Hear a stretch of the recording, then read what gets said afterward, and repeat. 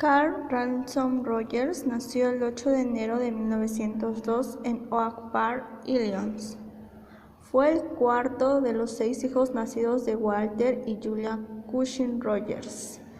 Carl tuvo una relación más estrecha con su madre, pues durante su infancia el padre solía pasar largas temporadas fuera de casa trabajando como ingeniero civil. Walter y Julia Rogers eran muy religiosos. Carl empezó a interesarse por la Biblia y empezó a leer este y otros libros incluso antes de empezar la escuela primaria. Sus padres también le inculcaron el valor del trabajo, un valor que, a diferencia de la religión, cultivó durante toda su vida. Rogers tenía la intención de hacerse agricultor y cuando acabó la escuela secundaria entró a la Universidad de Wisconsin para estudiar agricultura. Sin embargo, perdió pronto el interés por esta materia y empezó a interesarse por la religión. En 1924, Rogers entró en el Union Theological Seminary de Nueva York con la intención de hacerse sacerdote. Se inscribió a varios cursos de psicología y educación en la cercana Columbia University. Ahí conocería la influencia del movimiento de educación progresista de John Dewey. Finalmente, en otoño de 1926 dejó el seminario para estudiar de tiempo completo psicología clínica y pedagogía en la Facultad de Ciencias de la Educación. En 1927, Rogers trabajó en el recién creado Institute for Child Guidance de la ciudad de Nueva York mientras finalizaba sus estudios de doctorado. En el instituto aprendería las nociones de psicoanálisis freudiano, pero no se dejó influir demasiado por pese a haberlo utilizado durante un tiempo en su consulta. También asistió a una conferencia de Alfred Adler que impresionó a Rogers.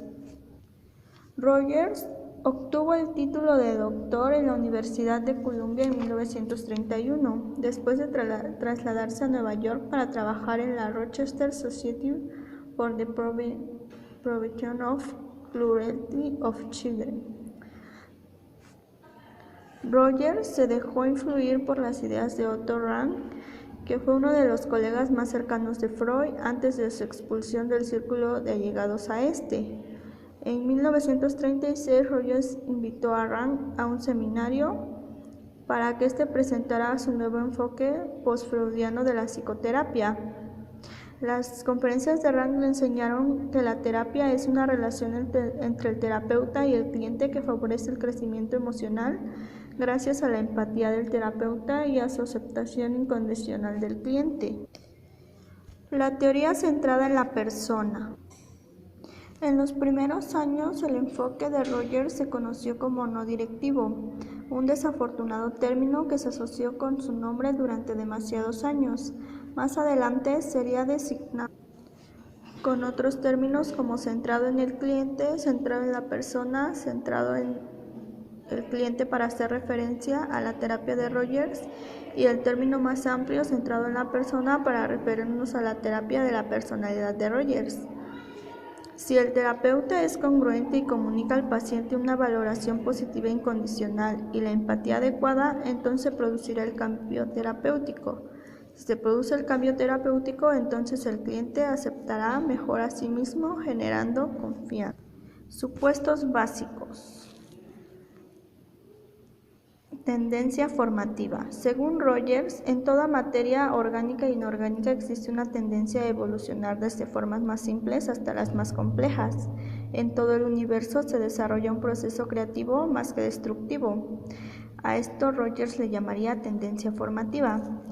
Y la tendencia realizadora, un supuesto más importante que la tendencia realizadora, porque se inclina a que todos los humanos, animales y plantas estamos para desarrollar plenamente nuestro potencial y es la única motivación que tienen las personas. La necesidad de conservación es similar a los niveles inferiores de la jerarquía de necesidades de Maslow. Incluye necesidades básicas como el alimento, el aire, la seguridad, pero también incluye la tendencia a oponerse al cambio y buscar un statu quo. Aunque las personas tengan un fuerte deseo de mantener el statu quo, también están dispuestas a aprender y cambiar, a crecer y desarrollarse. Es lo que Rogers denominó la necesidad de mejora. Esta necesidad se observa en la voluntad de las personas de aprender cosas que no ofrecen una gratificación inmediata. Según Rogers, las personas están dispuestas a enfrentarse a la amenaza y el dolor gracias a una tendencia biológica del organismo a alcanzar su estado básico. Rogers sostenía que si en una relación están presentes las condiciones de congruencia, valoración positiva incondicional y empatía, se producirá siempre un crecimiento psicológico. Por este motivo, consideró que son condiciones necesarias y suficientes para la autorrealización de las personas.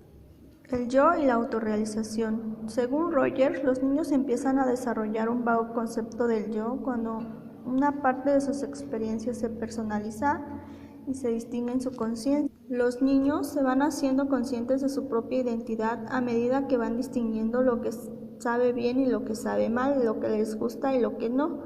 Empiezan a valorar las experiencias como positivas o negativas. También les parece positivo el sueño, el aire fresco, el contacto físico y la salud, porque cada uno de estos elementos es necesario para la realización. La autorrealización es una parte de la tendencia realizadora. La tendencia realizadora hace referencia a experiencias organísmicas, es decir, afecta a la totalidad de la persona, a sus partes consciente e inconsciente, fisiológica y cognitiva, mientras que la autorrealización es la tendencia a hacer realidad el yo tal y como lo percibimos en nuestra conciencia. El concepto del yo incluye todos los aspectos de la experiencia y las experiencias propias que el individuo percibe en su conciencia. No es idéntico al yo organísmico, ya que en algunas partes de este yo organísmico pueden estar fuera del alcance de la conciencia de la persona. Las personas han construido su concepto del yo y es muy difícil cambiar y aprender las experiencias que no son coherentes con este concepto, las cuales suelen negar o aceptar solo en forma distorsionada. El yo ideal. El segundo subsistema del yo es el yo ideal, que es la noción que el individuo tiene de sí mismo tal y como desearía ser. Contiene todos los atributos positivos que las personas aspiran a poseer. Cuando en una persona el yo ideal y el concepto del yo son muy diferentes, estamos ante una personalidad enfermiza. La conciencia. Sin la conciencia, los conceptos del yo. La conciencia. Sin la conciencia, los conceptos del yo y el yo ideal no existirían. Definió la conciencia como la presentación simbólica de una cierta parte de nuestra experiencia. Niveles de conciencia. Rogers reconoció 3 niveles de conciencia. En primer lugar, las experiencias se producen por debajo del umbral de la conciencia, son ignoradas o negadas. En segundo lugar, planteó la hipótesis de que ciertas experiencias se simbolizan fielmente y se admiten libremente en la estructura del yo. Y en tercer lugar, las experiencias se perciben de manera distorsionada. Cuando una experiencia no es coherente con nuestro concepto del yo, la remodelamos o distorsionamos de modo que podamos incorporarla a este concepto del yo. Convertirse en persona. Rogers analizó los procesos necesarios para convertirse en persona. Primero, un individuo debe tener en contacto positivo o negativo con otra persona. Se empiezan a apreciar esta valoración positiva y a despreciar la negativa, es decir, la persona desarrolla una necesidad de sentirse querida, apreciada o aceptada por otras, lo que Rogers denominó necesidad de valoración positiva. En las condiciones de valor, en lugar de recibir muestras de valoración positiva incondicional, la mayoría de las personas se ven sometidas a condiciones de valor, es decir, su valor surge cuando la valoración positiva de alguien importante para nosotros es condicional, cuando sentimos que en algunos aspectos se nos aprecia y en otros no. La incongruencia. Hemos visto que el organismo y el yo son 2 entidades independientes que pueden ser o no congruentes entre sí. El desequilibrio psicológico empieza cuando no somos capaces de reconocer nuestras experiencias organísticas como experiencias propias, es decir, cuando no simbolizamos correctamente las experiencias organísticas en nuestra conciencia porque éstas parecen ser incoherentes con nuestro concepto del yo emergente. Vulnerabilidad. Cuando mayor es nuestra incongruencia entre nuestro yo percibido y nuestra experiencia organística, más vulnerables somos. La psicoterapia. En la terapia, la terapia centrada en el cliente parece muy sencilla, pero en la práctica resulta muy difícil.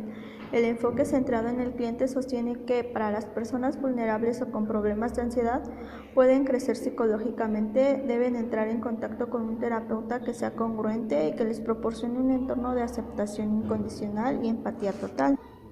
Congruencia del terapeuta. La primera condición necesaria y suficiente para el cambio terapéutico es que el terapeuta sea congruente. La congruencia existe cuando las experiencias organísticas de una persona se corresponden con una conciencia de las mismas y una capacidad y disposición para expresar abiertamente los sentimientos.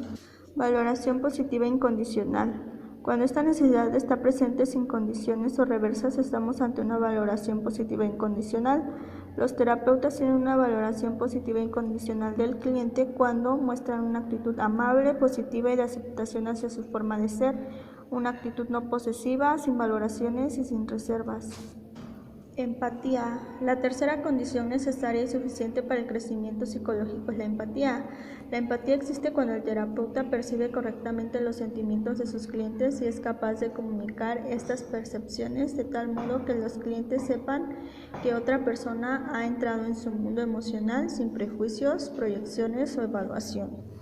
Las fases del proceso o cambio terapéutico. La fase 1 se caracteriza por una tabla de disposición para comunicar información sobre uno mismo.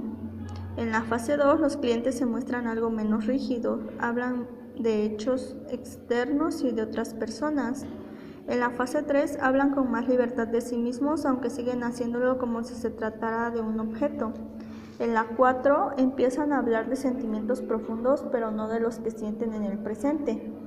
En la fase 5 ya han empezado a producirse un cambio y un crecimiento notables. Pueden expresar sentimientos del presente. Las personas que alcanzan la fase 6 experimentan un crecimiento drástico y un avance irreversible en el cambio hacia la autorrealización.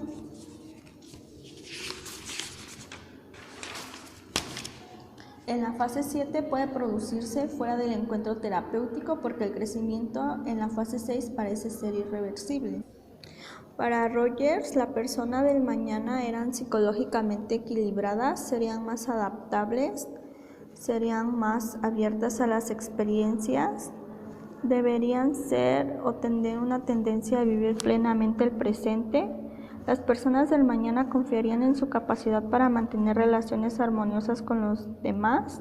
Y en quinto lugar, serán personas más equilibradas, más completas, sin límites artificiales entre los procesos conscientes e inconscientes.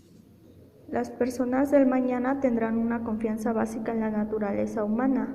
Las personas del mañana aceptan abiertamente todas sus experiencias, disfrutan de una vida más rica.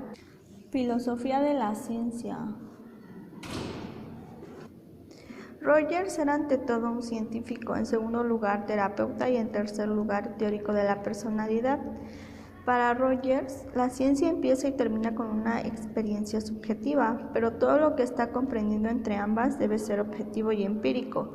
Los científicos deben tener muchas de las características de la persona del mañana, es decir, deben tener una tendencia a analizar las cosas en profundidad, a estar en armonía con sus sentimientos y a tener valores internos. Para hacer una crítica a la teoría de Rogers, nos planteamos en qué medida cumple los 6 criterios de la utilidad de una teoría. En primer lugar, genera investigación y sugiere hipótesis comprobables. En el criterio de refutabilidad, la teoría de Rogers obtiene una puntuación elevada. En tercer lugar, nos preguntamos si la teoría centrada en la persona organiza el conocimiento en un marco relevante. En cuanto a la utilidad de la teoría como guía práctica para la psicoterapia, la respuesta es equívoca. Concepto de humanidad. Rogers sostenía que las personas tienen una cierta capacidad para elegir y decidir por sí mismas. Aunque admita que una parte de la conducta humana es predecible y sigue unas normas, Rogers defendía que los valores y las decisiones importantes están dentro de una esfera de control personal.